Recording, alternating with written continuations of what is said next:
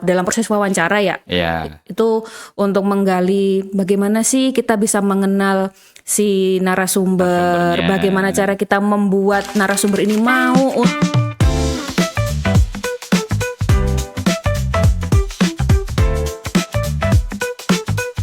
Halo para pejuang skripsi, kembali lagi bersama saya Heru Mudianto MPD di podcast Pejuang Skripsi. Oke, gimana nih progresnya skripsinya?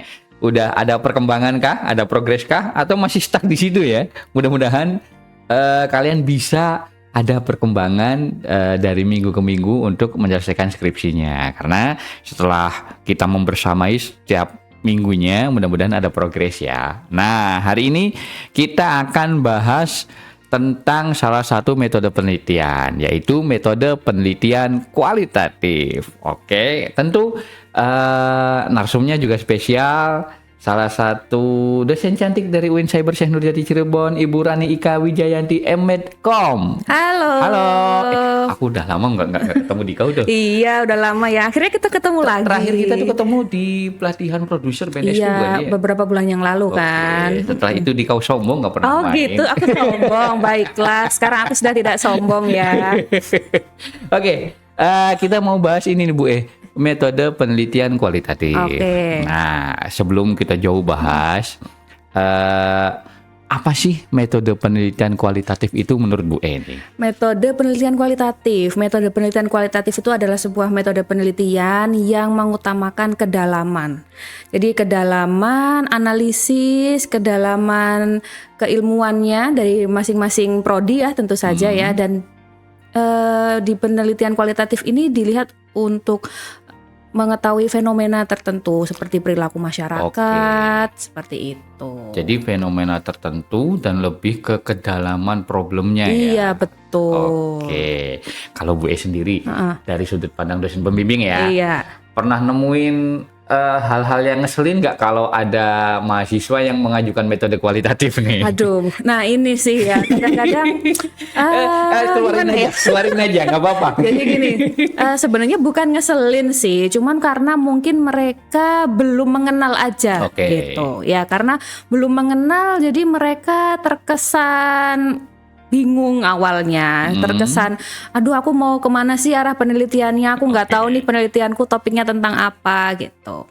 Nah mungkin permasalahannya adalah pertama mahasiswa itu takut banget sama angka-angka. Nah itu yang aku bahas kemarin juga tuh. Kayaknya itu problem mahasiswa di seluruh dunia kayaknya ya, males. Jadi kayaknya pilih kualitatif karena apa? Bukan karena saya mengerti itu, tapi saya nggak mau statistik deh karena kayaknya. saya nggak mau statistik, karena saya nggak mau ngitung, karena saya takut pakai software yang saya nggak paham gitu. Itu satu. Karena mereka takut dengan angka-angka sehingga menganggap kalau kualitatif lebih gampang. Nah, jadinya mahasiswa itu suka menggampangkan gitu. Nah, karena menggampangkan, nih ekses selanjutnya adalah mereka asal karena dianggap gampang terus asal, padahal tadi pada prinsipnya penelitian kualitatif itu penelitian yang perlu kedalaman analisis ya, melihat fenomena di masyarakat, perlu kedalaman analisis. Nah itu tuh kadang cuman di awalnya aja atau ujungnya aja mereka ragu untuk masuk lebih dalam ke dalam topik penelitian mereka. Justru jadi pembahasannya nggak dalam ya, iya, karena jadi mereka menggampangkan tadi. Cuman gitu. Ya ecek-ecek baru nyemplung dikit ngerasa udah sih paling jago gitu. Iya, dan kadang ini juga ya yang saya alamin mungkin mahasiswa tuh nggak ngerti, nggak tahu ya. Kalau saya kan orang kuantitatif, biasanya saya lebih senang kuantitatif. Iya. Itu menganggap kualitatif itu justru lebih sulit justru. Iya, betul. Karena kalau kuantitatif enak tinggal hitung statistik selesai gitu loh. Kan. Kalau buat saya sains mah begitu ya. Iya gitu. Kalau saya mah emang karena ilmunya basicnya ilmu sosial yang mana kalau diukur menggunakan kuantitatif sih bisa gitu. Cuman itu tadi kedalamannya jadi kurang. Jadi kita pengen mencari apa sih sebenarnya gitu. Nah, ketika kita ngomongin hal seperti itu ya, memang dibutuhkan kecerdasan yang lebih kemampuan analisis gitu. Karena kan yang namanya kedalaman kita harus bisa menggali dalam proses wawancara ya.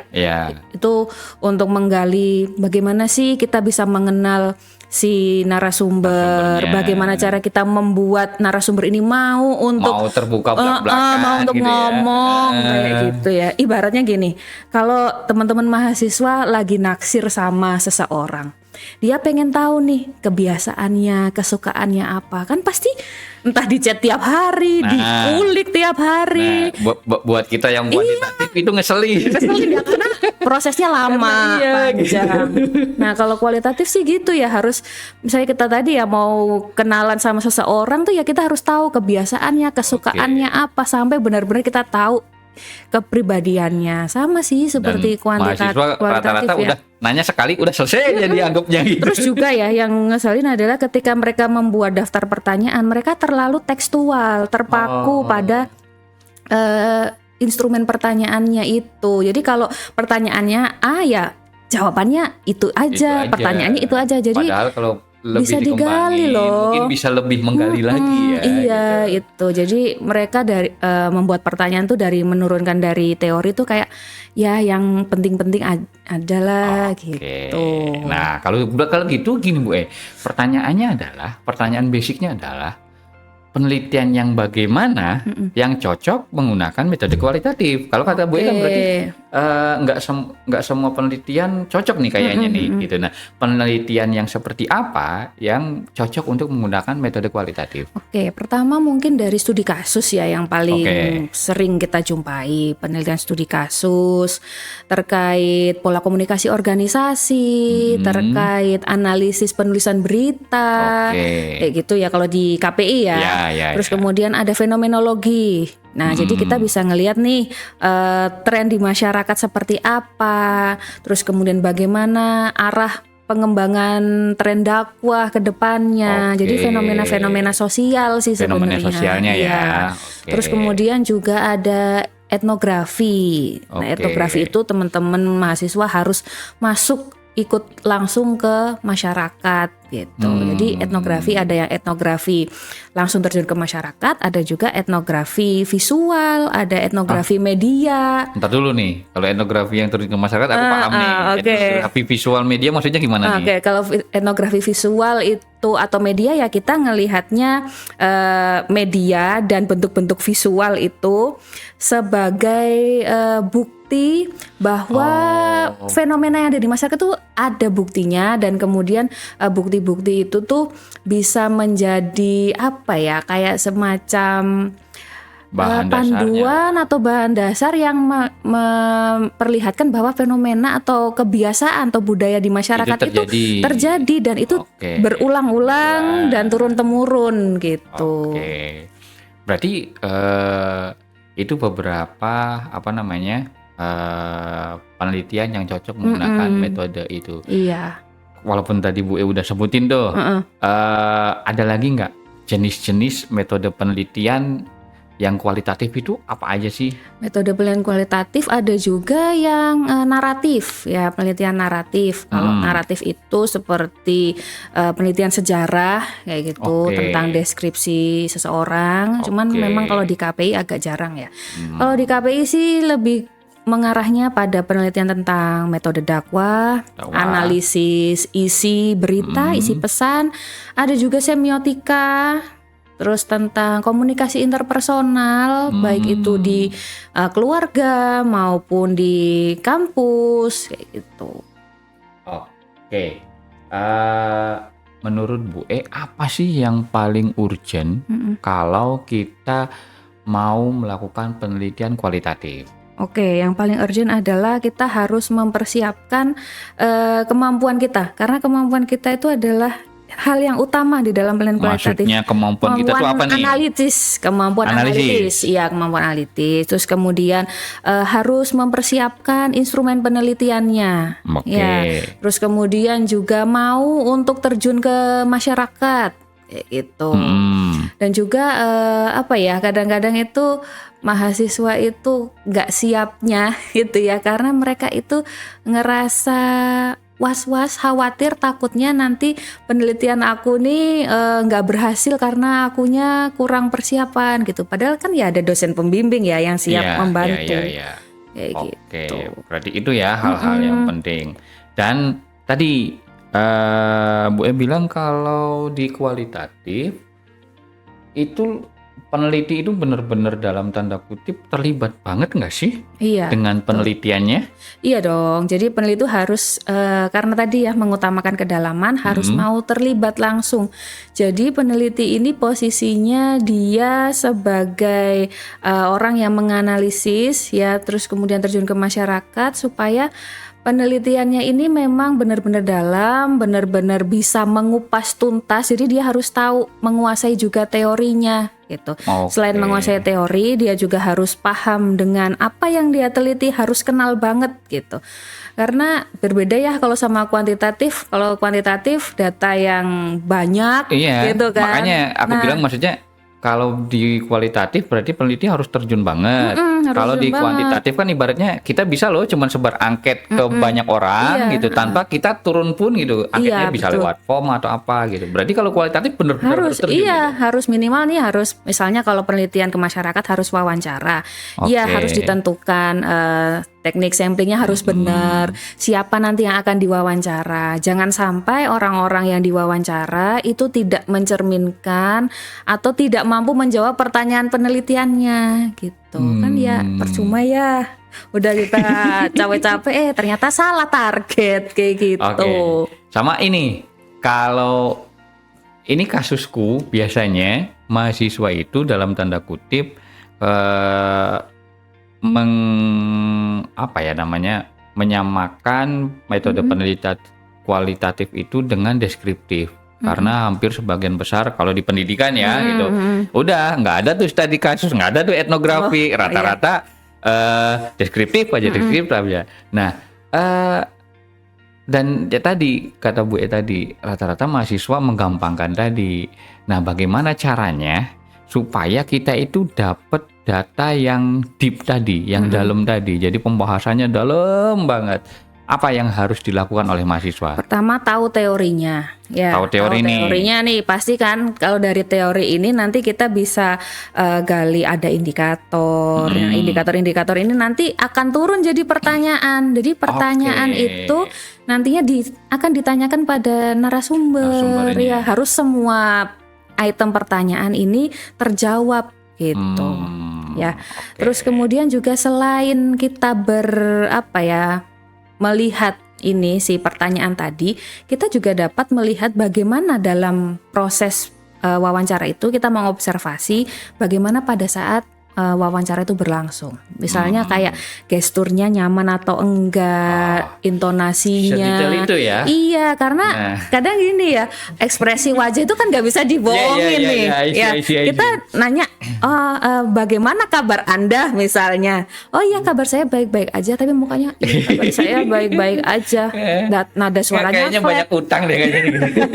Nah itu, jadi tidak hanya terpaku pada pertanyaan, tapi kita juga bisa mengobservasi pada proses situasinya, lingkungannya, di mana peneliti itu hadir di masyarakat, itu juga menjadi satu bukti empiris gitu. Oke, nah ini juga yang makanya kenapa penelitian kualitatif itu menurut saya sulit. Betul. Karena saya tuh kalau kuantitatif enak nih, instrumen ada, angket isi ya. Iya, isi. Aku nggak peduli perasaanmu, gitu loh. Peduli perasaan. Aku nggak peduli apamu, yang penting kau isi ya, gitu loh. Gitu. Bahkan wawancara pun ya udah sesuai ini aja. Cuman tadi berarti di penelitian kualitatif peneliti itu harus benar-benar sangat peka terhadap lingkungan. Betul. Bahkan kalau misalnya nggak tahu ini tolong klarifikasi hasil obrolan saya dengan beberapa dosen sebelumnya atau hasil obrolan saya itu mengatakan bahwa kalau ada yang lebih menarik dari penelitian kita ketika berkembang ketika selama penelitian, ya udah tinggalin aja pertanyaan-pertanyaan kita ini, tanyain masalah yang baru itu. Ya bener nggak kayak gitu. Jadi kalau kuantitatif kan saklek tuh harus menjawab hipotesis. Nah, kalau di kualitatif katanya berkembang sesuai dengan apa yang ada Iya. di lapangan. Itu gimana? Bukan ditinggalin sih. Oke. Bukan ditinggalin. Oke, gimana? Tapi kita fokusnya gitu ya. Fokusnya itu memang bisa berkembang gitu. Oke. Ketika kita menemukan hal yang baru, itu bisa banget karena kan kita ngelihatnya situasi di lapangan. Gitu. Jadi tidak untuk menguji sesuatu benar nggak sih, tapi kita pengen tahu yang terjadi di lapangan tuh apa. Analisis itu bisa berkembang banget. Seperti contoh misalnya ya, Oke. penelitian semiotika nih, Oke. yang disukain, yang disukain mahasiswa karena gampang katanya, Oke. gitu ya. Nah ini nih, mahasiswa tuh kadang suka penelitian semiotika tuh katanya gampang, padahal semiotika itu tidak segampang itu, gitu. Sebentar, saya kan. Bagi mahasiswa non KPI, apa itu semiotika? Semiotika itu adalah penelitian yang mengkaji tentang tanda-tanda yang ada di dalam bentuk-bentuk visual, kayak Oke. foto, video, berita, artikel, lagu dan lain sebagainya. Jadi kita Oke. menganalisis tanda dan lambang untuk mencari makna. Nah, Oke, kadang- itu ya. Nah, lanjut. Nah, misalnya nih teman-teman mahasiswa sukanya semiotika karena dianggap gampang, padahal ternyata analisis semiotika itu rumit gitu. Misalnya contoh ada lambang peci gitu, lambang peci di sebuah film gitu. Oke. Jadi si aktornya ini pakai peci. Pakai peci. Apa lambang peci itu? Nah kalau lambang peci mah Biasanya religius. religius, Yang- orang mau sholat gitu ya, kayak gitu. orang mau ngaji. Padahal ternyata lambang peci ini bisa dikaitkan dengan sejarah yang panjang. Kayak misalnya si peci ini sebagai selain itu tadi ya lambang religius, itu juga bisa menjadi lambang cendekiawan gitu. Jadi Oh, orang-orang karena yang zaman terpandang, dulu. orang-orang cendekiawan tuh identik pakai peci Peci. kayak gitu. Oke. Contoh sederhananya kayak gitu, dan mereka nggak tahu analisis itu gitu. Jadi dianggapnya ya peci mah buat beribadah. Oke, bahkan mungkin sekarangnya berkembang lagi ketika Iya, penelitian nih, misal berkembang peci dipakai lagi. untuk budaya Iya, apa, budaya gitu yang ya. lain. Nah, Iya. konteks-konteks yang seperti itu kan perlu kedalaman analisis. Nah. Sehingga kadang mahasiswa tidak menemukan itu padahal harusnya nemu loh gitu. Oke. Kayak gitu. Berarti bukan ditinggalkan, tapi itu bisa berkembang ya. Iya, lebih kualitatif betul dan banget. menyesuaikan dengan tadi harus peka terhadap lingkungan. Lingkungan. Oh, berarti anak kualitatif pada peka ya. Ya, itu gimana ya? Harusnya mah begitu. Berarti kalau yang mau pacaran dengan dan pengen misalnya cowok yang peka, kalian cari deh dia skripsinya metode kualitatif. Jadi termasuk ini ya list checklist green flag apa red flag, penelitian kamu apa? Kalau kualitatif berarti fix peka deh ya. Fix green flag anak kualitatif. Ini Bisa. aku langsung diserang nanti kayaknya.